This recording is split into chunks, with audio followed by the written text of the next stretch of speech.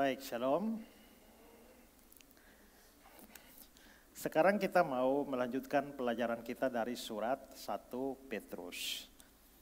Hari ini kita masuk pada ayat yang ke-14 sampai ayat yang ke-16 dari 1 Petrus pasal 1. Dan tema kita hari ini adalah panggilan untuk hidup kudus. Ya, mari kita lihat ayat 14 sampai 16. Hiduplah sebagai anak-anak yang taat dan jangan turuti hawa nafsu yang menguasai kamu pada waktu kebodohanmu.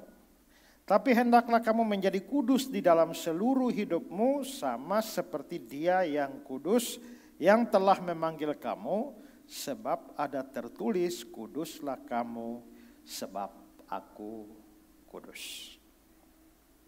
Nah, saudara-saudara, kalau ingat pelajaran-pelajaran sebelumnya, mulai dari ayat 2 ke atas, itu Petrus mengungkapkan tentang banyak keuntungan yang dihadapi oleh atau yang diperoleh oleh orang pilihan atau orang percaya. Orang percaya itu mendapatkan banyak sekali keuntungan. Sampai ayat yang ke-12, itu Petrus masih bicara tentang itu. Setelah itu, karena orang percaya itu mendapatkan banyak keuntungan, banyak keistimewaan, maka orang percaya juga punya tanggung jawab. Nah, tanggung jawab ini dibagi menjadi dua. Tanggung jawab yang berkaitan dengan masa depan, itu yang Petrus bahas di ayat 13, di mana orang percaya disuruh untuk meletakkan pengharapannya sepenuhnya pada kasih karunia. Tetapi bukan hanya ada tanggung jawab ke depan, ada juga tanggung jawab di dunia ini. Dan tanggung jawab di dunia inilah yang dibicarakan dalam ayat 14 sampai 16. Di mana orang percaya itu dia harus hidup di dalam kekudusan. Nah, itu yang dibahas di dalam ayat 14 sampai 16. Nah, kudus itu sebenarnya apa? Kudus itu sebenarnya, apakah kudus itu sama dengan suci? Tidak identik sama. Ya, tidak identik sama karena suci itu hanyalah salah satu arti dari kudus. Jadi kudus itu lebih luas dari suci. Kudus itu punya 3 arti. Arti pertama dari kudus itu artinya dipisahkan. Itu namanya kudus. Jadi misalnya kalau di sini saya ada punya 10 pulpen. Lalu saya 1 pulpen ini saya kasih pindah dia dari teman-temannya. Nah, ini namanya pulpen yang kudus. Dipisahkan. Kalau saudara semua ada di sini, lalu saya kasih pisah 1 orang. Dimas dipisahkan ke sini, maka Dimas ini adalah orang kudus. Karena dia dipisahkan dari kelompoknya. Jadi apa saja yang dipisahkan itu disebut sebagai kudus. Nah, itu pertama artinya. Arti kudus yang kedua itu adalah dikhususkan. Jadi bukan hanya dipisahkan. Dipisahkan lalu dikhususkan itu namanya kudus. Contoh, kalau saya punya nomor HP banyak, lalu 1 nomor ini khusus acara tanya jawab.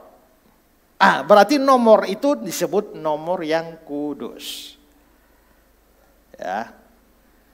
Saya punya banyak baju, tapi baju ini khusus baju gereja. Nah, itu namanya baju yang kudus. Ada banyak perjamuan, tapi hanya 1 perjamuan yang dikhususkan untuk mengingat Tuhan. Namanya perjamuan kudus. Ya, nah itu artinya kudus. Baru yang ketiga, arti yang ketiga, kudus itu artinya suci, tak bercacat, tak bernoda, tak bercela. Nah, maka sekarang pikirkan, apakah Pak Simon ini adalah orang suci? Belum, karena masih banyak dosa seperti saya, seperti saudara yang lain. Tapi apakah Pak Simon orang kudus? Iya, karena Pak Simon telah dipisahkan sekian tahun yang lalu dari dunia ini. Lalu dikhususkan untuk melayani Tuhan. Berarti Pak Simon ini orang kudus. Tapi suci? Belum. Saudara juga begitu. Kalau saudara pernah dipisahkan, misalnya dulu saudara pemabuk, lalu tahu-tahu dipisahkan Tuhan dari grup pemabuknya, sekarang saudara sudah tidak mabuk lagi. Ya, berarti saudara itu orang kudus. Yang sungguh-sungguh percaya sebenarnya telah dipisahkan dari dunia ini, lalu dikhususkan untuk melayani Tuhan. Maka kita ini orang kudus, walaupun belum suci. Ya, jadi kalau ada orang tanya, apakah saudara orang suci? Tidak. Apakah saudara orang kudus? Yes. Tapi pastikan orang yang tanya itu juga mengerti juga. Ya, kalau dia sendiri tidak mengerti kudus dengan suci, berarti nanti dia hanya bikin kacau pengakuan saudara. Ya.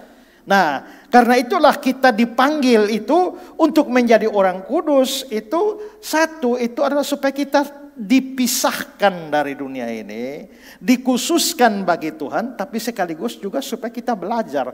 Memang suci ini tidak bisa sempurna selama kita di dunia ini, tetapi harus berjuang di dalam hidup yang suci. Ya, secara global kita bisa mengatakan bahwa kita memang dipanggil untuk hidup kudus.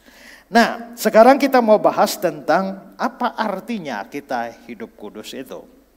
Pertama, hidup kudus itu berarti meninggalkan pola hidup yang lama.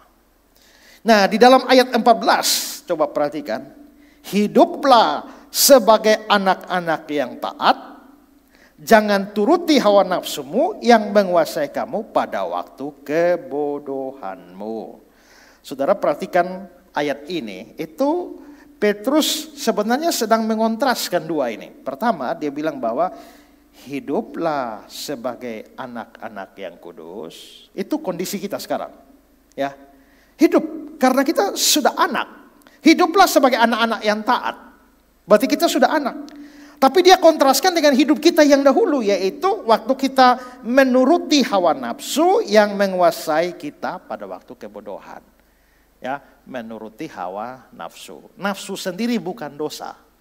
Hawa nafsu baru dosa. Karena nafsu itu dia berhubungan erat dengan nafas.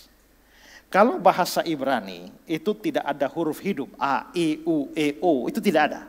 Jadi kalau tulis itu hanya huruf mati semua. Ya, kalau MKN, makan. Makin, MKN juga. Berarti kalau ditulis MKN pasti bisa makan, bisa makin. Macam itulah nama Tuhan itu disebut YHWH. Karena YHWH waktu baca baru kita bilang Yahweh atau Yehuwa. Yang lain bilang Yehova. Entah mana yang betul itu. Tapi menurut saya yang paling tepat Yahweh. Ya. Nah, karena itu maka tergantung suplai hidup. Mereka itu kalau tulis itu memang tidak ada A, I, U, E, O-nya. Karena apa? Tapi kalau baca pasti ada. Karena itu bahasa mereka dan lancar. Coba saudara baca ya. SY DTG DR SBY. Saya datang dari Surabaya. Gampang ya? Kan kita WA begitu juga kan? Karena itu bahasa kita. Nah, karena begitu maka SLM itu bisa shalom, itu bisa salam, itu bisa salim, itu bisa salomo. Nah, itu bisa semua. Nah, maka dalam bahasa Ibrani-nya ya dia cuma NFS. Nah, kalau NFS itu bisa nafas, bisa nafsu. Maka nafas itu ada hubungan dengan nafsu. Selama kamu bernafas, kamu pasti punya nafsu. Nafsu makan, ya kan? Nafsu minum, nafsu seks, nafsu marah sama orang. Nah, itu semua namanya nafsu karena kita punya nafas. Nah, kapan nafsu berhenti? Kalau nafas berhenti. Jadi begitu nafas berhenti, maka selesailah semua nafsu. Nah, jadi sebenarnya nafsu itu tidak salah.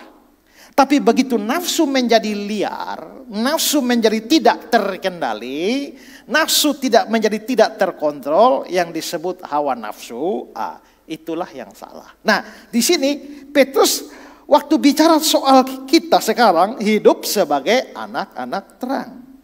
Tapi kita dulu itu bagaimana? Waktu kita dulu, kita menuruti hawa nafsu yang menguasai kita pada waktu kebodohan. Nah, karena itu dia awali dengan kata jangan turuti hawa nafsu. Berarti ada hidup sebagai anak-anak yang taat itu sekarang. Tapi menuruti hawa nafsu itu dulu. Nah, karena itu maka di sini kontras ini mau menunjukkan bahwa begini. Hidup kudus itu itu sebenarnya adalah pemisahan total dari cara hidup yang lama atau cara hidup yang dahulu, pola hidup yang dahulu. Nah, sekarang kalau kita perhatikan frase-frase ini, dia bilang hiduplah sebagai anak-anak yang taat. Hostekna hupakos. Anak-anak itu berarti identitas baru. Disebut anak-anak karena identitas baru, karena dulu sebelum percaya Tuhan Yesus kita bukan anak. Bukan anak Allah. Ya, kita adalah anak iblis. Tapi sejak percaya, baru kita disebut sebagai anak. Makanya kalau orang belum percaya Yesus tidak boleh doa Bapa kami. Karena doa Bapa kami itu adalah Bapa kami yang di surga. Tapi kalau kamu bukan anak Allah, waktu kamu bilang Bapa kami yang di surga, nanti kira-kira Tuhan jawab apa? Lu omong sembarang saja kan? Siapa mengakui kamu sebagai anak? Kalau begitu anak ini adalah status yang baru. Dengan disebut anak maka kita sekarang menjadi sebuah family baru, yaitu keluarga Allah.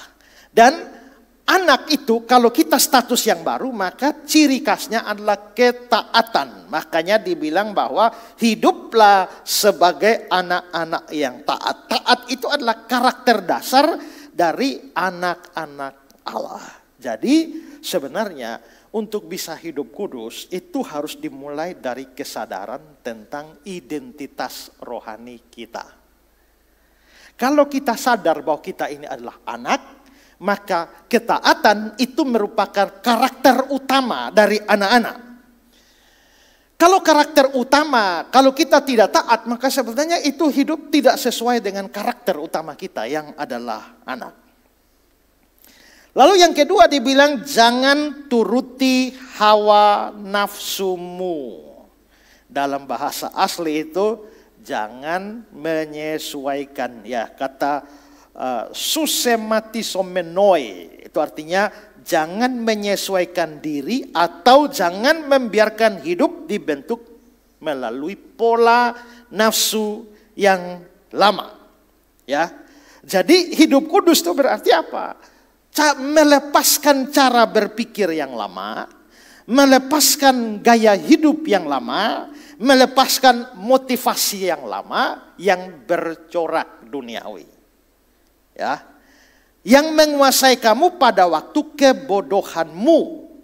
Sebenarnya terjemahan yang tepat itu bukan kebodohan, tapi agnoia. Agnoia dari tidak gnosis, tahu. Jadi agnoia dari situ agnosis, ya, artinya ketidaktahuanmu. Ini bukan tidak tahu intelektual, melainkan ketidaktahuan secara rohani, di mana orang hidup tanpa pengenalan akan Allah. Jadi dulu kita hidup dalam ketidaktahuan, karena itulah kita dikuasai hawa nafsu. Tapi sekarang kita mengenal Allah dan kita menjadi anak Allah, punya karakter, punya identitas yang baru. Dan identitas itu harus sejalan dengan karakter kita. Karena karakter anak-anak Allah yaitu ketaatan. Ya. Nah, dalam konteks yang lebih besar dari ayat 13 sampai ayat 16 yang berbicara tentang hidup kudus, maka perintah meninggalkan pola hidup yang lama ini bagian penting dari hidup yang kudus. Dengan kata lain, hidup kudus tidak bisa terjadi. Hidup kudus tidak bisa terlepas, dari penanggalan akan pola hidup yang lama. Dengan kata lain begini,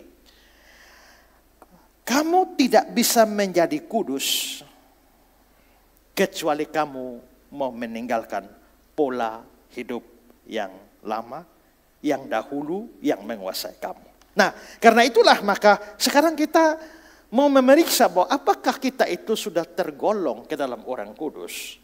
Maka kita harus selalu bertanya, apakah saya ini masih dikuasai pola yang lama? Apakah saya masih dikuasai oleh ambisi pribadi yang egois? Apakah saya masih mengejar kenikmatan dunia lebih daripada kenikmatan bersama dengan Tuhan? Apakah saya masih hidup dengan cara berpikir duniawi? Kalau punya uang misalnya yang banyak pasti bahagia. Kalau tidak punya uang pasti sengsara. Memang tidak punya uang juga sengsara. Tapi punya uang banyak juga belum tentu bahagia. Ya kan? Tapi kan banyak orang masih berpikir bahwa asal punya uang banyak dia pasti berbahagia. Itu pola pikir duniawi. Kalau dia punya uang banyak berarti sukses. Tapi kalau lu dari dulu sampai sekarang biasa-biasa saja artinya lu tidak sukses. Padahal pola pikir semacam ini kan sukses tidak bisa diukur oleh uang. Kalau sekarang kita lihat orang kaya, sekarang tambah sukses ya. Yang dipikir sukses adalah ya kalau punya uang. Sehingga kalau saudara tidak punya uang yang cukup banyak artinya dari dulu sampai sekarang saudara tidak sukses-sukses. Padahal apakah tidak memungkinkan bahwa saya orang sukses yang miskin? Kan memungkinkan. Tapi itu kan pola pikir yang baru. Sementara pola pikir dunia ya begitu. Pola pikir lama misalnya pokoknya yang penting kalau bisa untung, untung. Ya. Nah dengan cara apapun. Apakah saudara masih membiarkan dosa-dosa tersembunyi berakar dalam hidup saudara? Itu pola yang lama. Apakah saudara lebih takut kehilangan kenyamanan dunia daripada takut kehilangan perkenanan Tuhan? Nah, harusnya kita semua berpikir untuk menggali kembali dari dalam diri kita, dari semua area hidup kita yang masih dikuasai oleh pola yang lama. Dalam hal berbicara, apakah kita masih suka bergosip, suka memaki orang, dan lain sebagainya. Ya, kadang-kadang memang kemarin dalam salah satu diskusi di satu tempat, saya bilang ya mungkin perlu dipertimbangkan. Saya bertanya, apakah misalnya ketika orang memaki karena kebencian, ya, saya sangat benci Pak Sony lagi, babi kau, ya. Tapi ada juga makian-makian yang sebagai ungkapan keakraban. Wih anjingnya lupung lama ya, sudah dari mana ya? Ya kan? Itu makian yang tidak dilandasi oleh kebencian, malah keakraban. Wih babi tambah ganteng saya, ya kan? Nah, babi tapi tambah ganteng, ya. Nah, apakah hal-hal semacam itu bagaimana? Itu biasa, kita orang timur biasa, tapi itu kan pola lama. Yang mestinya kita tidak menggunakan itu sekalipun demi keakraban. Kan ada pilihan yang lain. Kenapa harus pilih babi yang ganteng? Ya. Dalam pengelolaan uang, apakah kita tergolong orang yang tamak atau orang yang serakah? Nah, itu mesti pikir. Untuk menguji kita, apakah kita ini masih hidup dengan pola yang lama? Dalam hubungan dengan lawan jenis, apakah saya kompromi dengan hawa nafsu? Sehingga banyak orang yang datang pendeta mau menikah tapi sudah hamil duluan. Nah itu bikin susah itu. Ya. Nah maka pendeta juga akan repot itu. Mau menikah nanti dianggap terima menikah, dianggap pendeta kompromi. Tidak menikah, tidak dinikahkan. Kalau tidak dinikahkan di gereja terus kalau mereka pergi di masjid bagaimana? Ya. Nah itu ya, ada orang bilang kalau orang tua tidak setuju sikat duluan. Nah, kalau sudah hamil apa boleh buat? Ya kan? Nah, itu pola-pola yang lama. Dalam penggunaan waktu, bagaimana kita memaksimalkan waktu kita? Ataukah kita membuang waktu dengan berjalan ya, dan menjadi sia-sia banyak waktu yang terbuang. Sikap terhadap orang lain, kebencian, dendam, kesetiaan di dalam pelayanan. Apakah kita cukup setia dalam pelayanan? Bertanggung jawab di dalam pelayanan. Kalau dikasih pelayanan apa, tetap setia. Dalam kejujuran dan hidup hari-hari, masihkah rajin berbohong dan menganggap bahwa kebohongan adalah hal yang biasa? ya, tidak jujur di dalam pekerjaan dan lain sebagainya. Pikirkan bahwa identitas kita itu anak dan karakter anak itu taat. Sehingga pada waktu kita mengaku diri sebagai anak tetapi tidak taat, artinya kita menyangkali identitas kita. Hidup kudus itu harus dimulai dengan meninggalkan pola yang lama. Kita bukan lagi anak dunia, kita adalah anak Allah. Karena itu hiduplah yang cocok dengan identitas kita, ya. Nah, saudara, pikirkanlah bahwa ada seorang pengemis yang compang-camping di jalan, lalu dipungut oleh seorang bangsawan, lalu diangkat sebagai anak. Sementara si bangsawan ini orang yang kaya raya. Kira-kira setelah itu penampilan si anak itu masih compang-camping di pinggir jalan?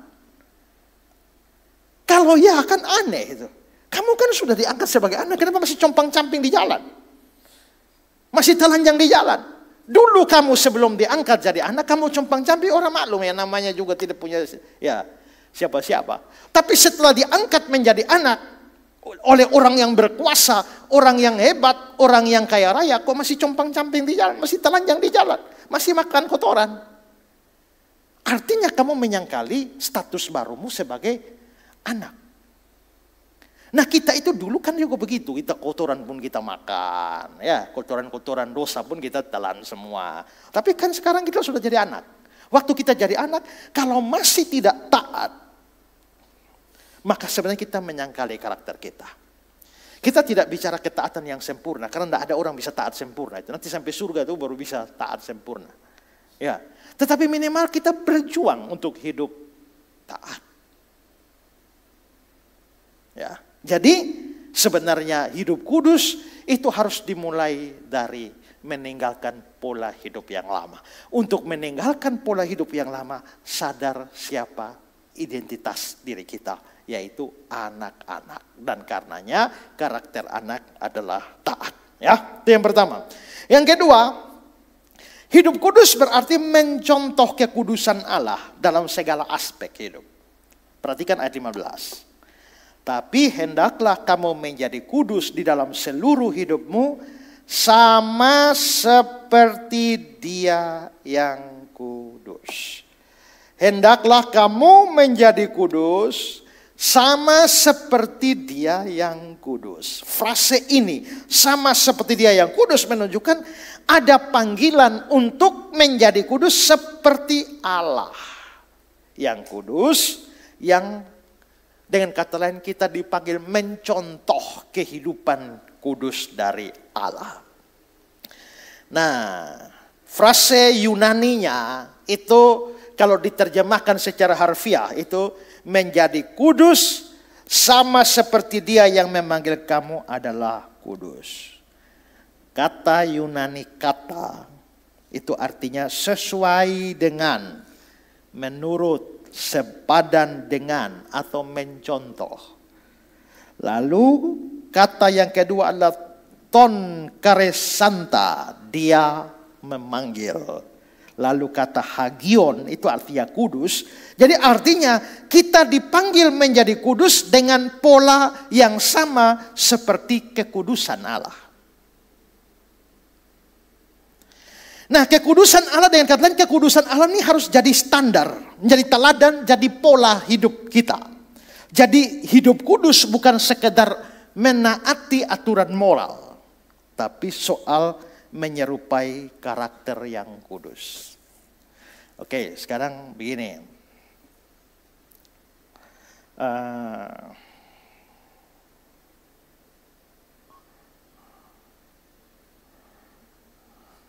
Saudara bisa meniru atau saudara bisa ikut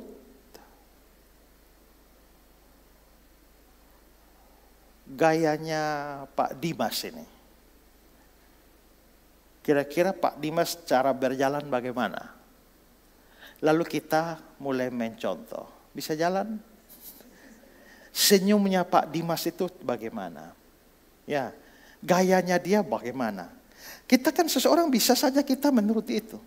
Tapi coba bayangkan kalau itu adalah anaknya Pak Dimas sendiri.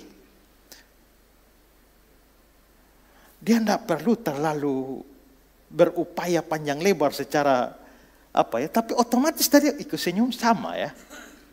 Gaya jalannya sama ya. Lenggangnya tuh kok, kalau kita memperhatikan baik-baik seorang anak, maka dia kemiripannya dengan Bapak itu bukan kemiripan yang dibuat-buat. Dia otomatis terikut di dalam kemiripan itu. Bayangkan kalau ada 2 orang tinggal di istana raja. Orang pertama ini adalah pelayan.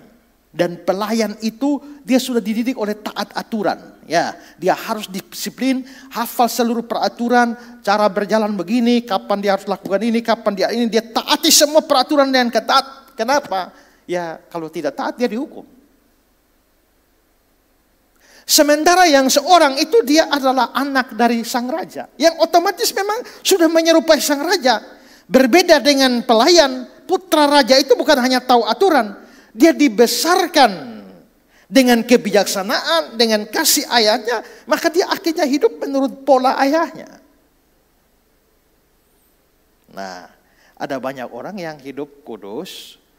Bukan karena ingin mencontoh Allah. Tapi karena hanya ketaatan moral karena ketakutan. Oke, sekarang gini. Saudara bisa tidak mencuri. Kenapa? Kalau ada uang di sana, saudara tidak akan ambil. Kenapa? Karena ada CCTV. Pertanyaannya, kalau CCTV tidak ada, masihkah kamu tetap tidak mengambil?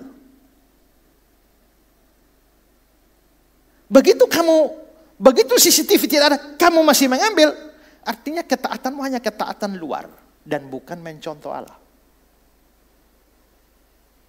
Oke, kita ambil contoh itu Yusuf di perjanjian lama tuh ya. Hari itu Potifar lembur di kantor. Ya. Pelayan semua sudah diliburkan ke kampung. Dan hanya Yusuf saja dengan istri Potifar. Begitu istri Potifar ajak Yusuf untuk tidur dengan dia. Apa jawab Yusuf? Bagaimana mungkin aku melakukan kejahatan yang besar ini kepada tuanku? Dan bagaimana aku melakukan dosa ini terhadap Tuhan? Nah, di sini kita bisa lihat bahwa memang ketaatan Yusuf itu ketaatan yang bukan hanya karena takut ketahuan. Banyak orang itu tidak berdosa bukan karena dia mau hidup seturut dengan Tuhan, tapi hanya karena takut akan resiko. Banyak orang ujian tidak nyontek. Bukan karena mau hidup kudus seperti Tuhan. Tapi karena tidak dapat kesempatan nyontek. Kalau dapat kesempatan bagaimana? Karena itulah maka hidup kudus itu bukan hanya ketaatan terhadap setumpuk peraturan moral. Karena orang bisa punya motivasi yang salah di dalam ketaatan itu. Tapi harus motivasinya adalah mencontoh kekudusan Tuhan, meniru Tuhan. Ku mau sepertimu Yesus, disempurnakan selalu. Bukan berarti saya mau seperti Yesus, kan Yesus juga disempurnakan selalu. Bukan begitu. Maksudnya saya itu mau seperti Yesus, karena itu saya harus disempurnakan selalu. Supaya saya sampai bisa seperti Yesus. Harus jadi pola. Dulu waktu saya ada di gereja Agape, kita punya lagu-lagu itu dari PPK, lagu-lagu tempo dulu itu ya. Saya masih ingat satu lagu. Ku mau serupahu Yesus yang mulia, ini doaku dan harapan. Ya, ku mau serupahu, ku mau serupa kasihmu, ku mau serupa hatimu, ku mau serupa pikirmu. Berarti kita memang ingin polanya Tuhan kita, itu kita ikut. Contoh. Karena itulah maka hidup kudus itu adalah mencontoh Tuhan. Dan satu hal yang ditambahkan di sini adalah ketaatan itu adalah seluruh hidup. 1 Petrus 1:15. Hendaklah kamu menjadi kudus di dalam seluruh hidupmu. Ya. Nah, anastrope bahasa Yunaninya. Perilaku hidup, gaya hidup sehari-hari meliputi segala aspek. Pikiran, perkataan, tindakan, motivasi, relasi sosial, pekerjaan, keluarga, dan paun, seluruh, semua. Nah ini penting karena kita mungkin itu hanya hidup kudus pada satu aspek, tapi aspek lain tidak.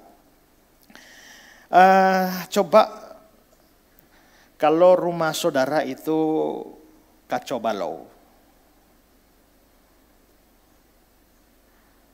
semua lagi amburadul di rumah, tiba-tiba telepon datang, halo, ini omong rupa Pak Sony, oh pokoknya anak-anak ada bermain kacau balau. Lalu saya bilang, halo Pak Sony, saya mau datang di rumah Pak, ini sudah di depan rumah.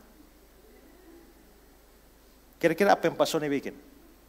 Ayo segera bersihkan tuh ruang tidur, kamar tidur, ayo perbaiki dapur. Begitu? Tidak, yang hanya dibersihkan hanya ruang tamu. Jadi ruang tamu begitu saya masuk, ruang tamunya bagus, mulus. Ruang tidur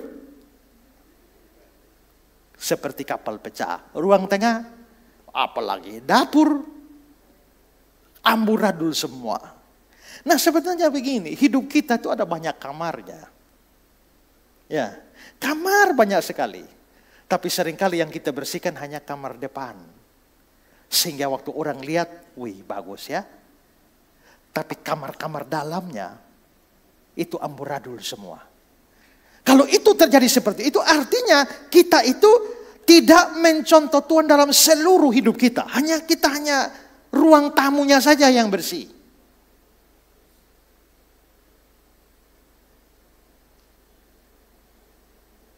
Saya ingat satu ilustrasi. Ya itu hanya ilustrasi yang dari imajinasi saja. Katanya Tuhan satu hari bilang, nah saya mau berkunjung ke rumahmu. Dia bilang, mari Tuhan. Begitu Tuhan masuk, oh bersih, Tuhan senang. Lalu Tuhan bilang, nah saya mau ke ruang tidur. Dia bilang, jangan Tuhan, jangan. Tuhan di sini ruang tamu saja. Tuhan bilang, saya mau ke kamar keluarga. Jangan Tuhan, jangan Tuhan. Di sini saja Tuhan. Tuhan bilang, saya mau ke dapur. Jangan Tuhan, di sini saja. Artinya apa? Banyak orang hanya membiarkan Tuhan berurusan dengan ruang tamunya saja. Dengan kata lain, Tuhan hanya tetap tamu saja, tapi bukan tuan rumah. Karena kalau Tuhan memang tuan rumah di dalam, kenapa melarang dia masuk ruang tidur? Kenapa melarang dia ke ruang keluarga? Kenapa melarang dia ke ruang pribadi? Kenapa melarang dia ke dapur? Karena Tuhan hanya tamu.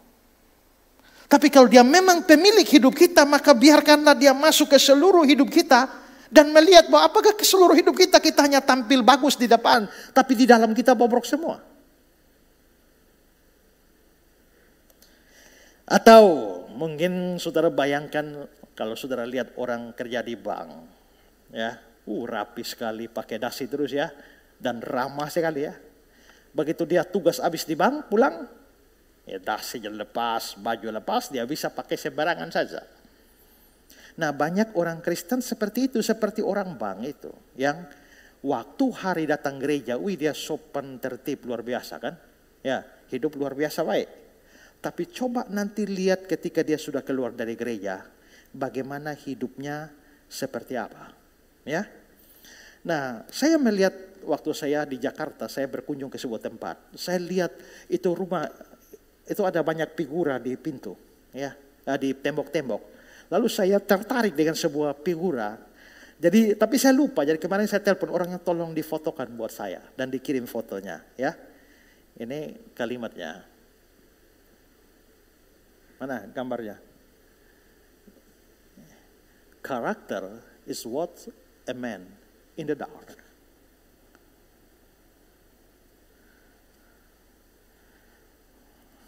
Apa artinya Alfa?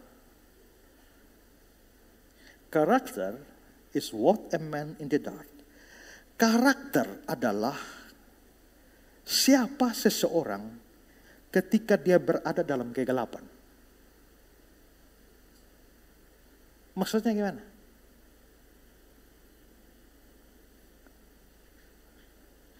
Kalau saya ada di depan dan disorot terang begini, apakah saya bisa berlaku hal yang tidak sopan? Apakah saya bisa berlaku hal yang tidak senonoh? Tentu tidak kan? Karena saya harus jaga image saya harus jaim. Maka kata-kata saya juga saya atur dengan baik, senyum saya juga saya atur baik, saya kelihatan ramah. Kenapa? Karena saya ada di bawah terang.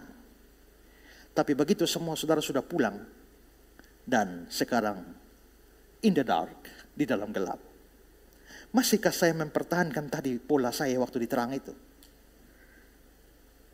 Atau jadi lain? Dan kata lain begini, kalau ada orang lain di situ, saudara jadi seperti apa?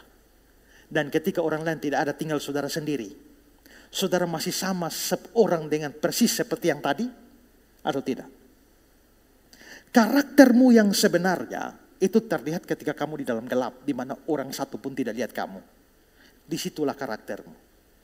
Kalau kamu di hadapan orang kamu ramah, begitu tinggal kamu sendiri, kamu tidak ramah lagi.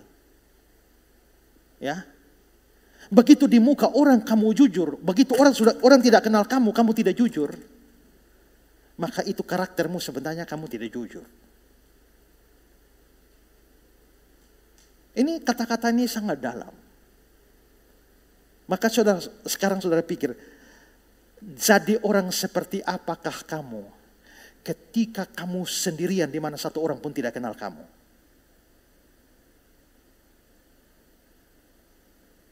Oke. Mungkinkah saya di kota Kupang ini jalan-jalan dan mencari seorang pelacur? Wih, saya nggak mau. Kenapa? Saya ini di pojok-pojok kota, di semua orang tahu ini. Tapi misalnya saya berkunjung ke Hong Kong, di mana satu manusia pun tidak kenal saya. Bagaimana? Saya cari. Kalau saya cari, karena di Hong Kong tidak ada orang kenal saya, sebenarnya karakter saya itu in the dark. Dan itulah saya. Jadi waktu di sini ketika terang dan saya tidak cari, itu bukan saya sebenarnya. Itu topeng saya. Tapi ketika orang tidak lihat saya, tidak ada satu orang pun lihat saya, itulah saya sebenarnya. Ya, karakter is what man in the dark. Saudara di rumah, itulah saudara yang sesungguhnya. Saya kemarin di Makassar, saya seminar dengan Pak Andi Wijaya. Lalu Andi Wijaya cerita, dia pernah diundang untuk acara camp besar ribuan orang. Setelah itu dibagi-bagi. Istri-istri pendeta sendiri ada materinya. Pendeta-pendeta sendiri.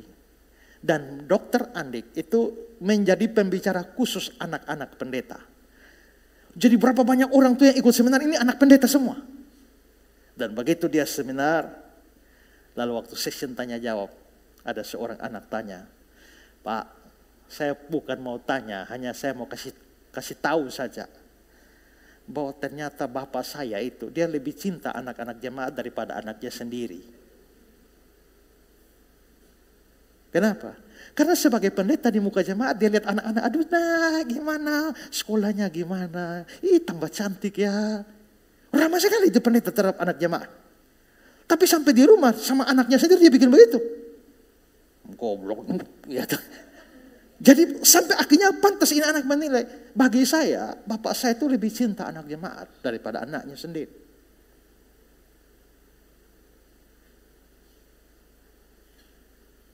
Ya. Kalau saya pergi khotbah di mana-mana, orang tidak kenal saya. Orang hanya tahu saya yang di luar saja, yang di medsos saja. Tapi yang tahu saya sebenarnya siapa? Orang di rumah saya. Yang tahu saudara model bagaimana kan di rumah saudara. Dan yang paling tahu saudara bagaimana adalah saudara sendirian tanpa orang lain ada. Suami tidak ada, istri tidak ada, anak tidak ada. Tidak ada satu orang pun kenal saudara. Bagaimana saudara itu? Nah itulah saudara sesungguhnya.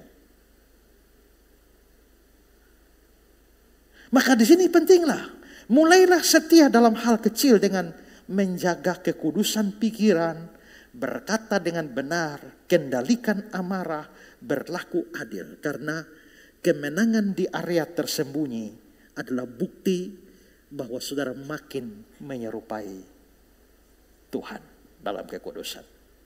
Saya ulang, kemenangan di area tersembunyi itu menunjukkan kamu makin, atau bukti bahwa kamu makin menyerupai karakter Tuhan. Yang ketiga, hidup kudus berarti menjadikan firman Tuhan sebagai dasar dan standar kekudusan. Lihat ayat 16. Sebab ada tertulis, kuduslah kamu sebab aku kudus. Saudara, kata kudus ini didahului dengan kata sebab ada tertulis. Tertulis di mana? Di dalam firman. Petrus pasti mengutip dari Perjanjian Lama. Ada banyak ayat tentang itu. Tapi salah satunya adalah Imamat pasal 11. Akulah Tuhan Allahmu, maka haruslah kamu menguduskan dirimu, haruslah kamu kudus sebab aku ini kudus. Lalu ayat 45, sebab akulah Tuhan Allah yang menuntun kamu keluar dari tanah Mesir supaya menjadi Allahmu. Jadilah kudus sebab aku ini kudus. Jadi ada di Imamat. Karena ada di Imamat, waktu Petrus ngomong, dia bilang sebab ada tertulis. Tertulis di mana? Di Imamat. Artinya adalah bahwa dasar dari panggilan hidup kudus itu adalah firman Tuhan. Ya. Firman yang tertulis. Dasar hidup kudus itu bukan pendapat orang. Dasar hidup kudus itu bukan moralitas dunia atau anggapan masyarakat atau suara mayoritas. Dasar hidup kudus itu bukan perasaan pribadi. Karena itu saudara, standarnya itu harus firman. Tidak bisa perasaan. Karena perasaan ini, kita punya perasaan ini sudah terkontaminasi dosa. Jadi contoh ya, kalau ada orang bilang, ya kalau lu sejahtera ya lakukan. Kalau tidak sejahtera jangan lakukan. Berarti dia meletakkan, lu boleh lakukan atau tidak lakukan, dasarnya apa? Dasarnya perasaan lu, yaitu sejahtera. Kalau misalnya Pak Yos bikin saya marah, lalu saya mau balas dendam kepada dia. Saya mau cari balas dendam sama Pak Yos. Sementara itu saya mau balas dendam. Pak Nathan datang dan nasihat sama Pak Esra. Ya kalau Bapak sejahtera, ya balas. Kalau tidak sejahtera, jangan balas. Masalahnya, kalau saya tidak balas, saya tidak sejahtera. Kapan saya balas baru saya sejahtera? Sementara saya tidak balas, saya tidak bisa tidur. Kapan saya sudah balas dia dulu baru saya lega rasanya. Berarti perasaan saya itu melawan firman. Sehingga begitu benar atau tidak diletakkan pada perasaan, itu repot. Perilaku kita tidak boleh dikontrol oleh suara mayoritas. Begitu semua orang setuju, banyak orang langsung ikut setuju. Padahal kebenaran bukan soal jumlah. Karena begitu kita bicara 1 tambah 1 berapa? 99 orang bilang 3. Apakah kamu akan ikut jadi 3? Kamu tetap 2 walaupun kamu sendiri. Ku tetap 2 walau sendiri. Ya kan? Harus tetap 2 walaupun sendiri. Tapi kecenderungan kita kan ikut orang. Begitu mayoritas sudah begini, kita juga ikut. Kebenaran bukan soal mayoritas. Kebenaran bukan soal perasaan. Kebenaran bukan soal pandangan masyarakat. Karena pandangan masyarakat juga masyarakat yang sudah berdosa. Itu yang seperti saya contohkan ya. Bahwa kadang-kadang ada kebenaran yang bukan sungguh-sungguh kebenaran. Bukan kebenaran yang objektif. Kebenaran itu ada kebenaran yang subjektif. Tergantung di mana, tergantung kapan, tergantung oleh siapa. Ya, saudara, ketika orang-orang LPMI bawa putar film Yesus of Nazareth di Papua, mereka putar film itu orang-orang Papua yang masih di gunung-gunung yang masih primitif itu, pada waktu itu ini kira-kira cerita tahun 70-an. Ya itu sungguh-sungguh. Begitu orang-orang Papua ini nonton film Yesus, sampai tiba-tiba Yudas datang mencium Yesus lalu menangkap. Tiba-tiba mereka langsung tepuk tangan buat Yudas. Tepuk tangan buat Yudas. Para misionaris dia heran, kenapa mereka kok puji Yudas? Baru kemudian diketahui bagi orang-orang sana, mereka terbiasa dengan perang. Dan bagi mereka, orang yang mengalahkan musuh dengan cara halus, itu orang hebat, pahlawan. Nah, Yudas menaklukkan Yesus dengan ciuman. Mereka tidak melihat Yudas sebagai pengkhianat, tapi Yudas sebagai pahlawan. Itu namanya pandangan masyarakat. Maka apa yang salah ternyata dianggap benar di sana. Itu juga saya pernah cerita itu ya, tentang kampung di Afrika itu yang etika tertinggi dalam penyambutan tamu adalah kalau ada tamu berkunjung ke rumah saudara, malam itu saudara harus mengizinkan istrimu tidur dengan tamu.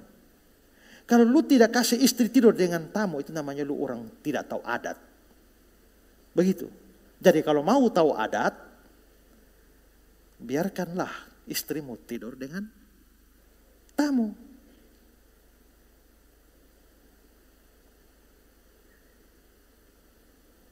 Jangan tanya di Afrika mana ya. Saya takut saudara bertamu. Nah, kalau begitu coba bayangkan bahwa itu hal yang tidak benar, tapi bisa dianggap sebagai etika. Dianggap sebagai etika. Tadi juga baru saya iseng-iseng saya lihat TikTok. Ada orang mati. Tapi tiba-tiba ada rombongan yang menyanyi statue-statue. Lalu ada orang komentar, ya inilah keragaman budaya kita. Apakah ada budaya begitu ya? Kan itu kayaknya di Indonesia itu. Sampai menyanyi statue-statue ya. Padahal ada mayat ada di situ. Tapi mereka goyang statue-statue nih.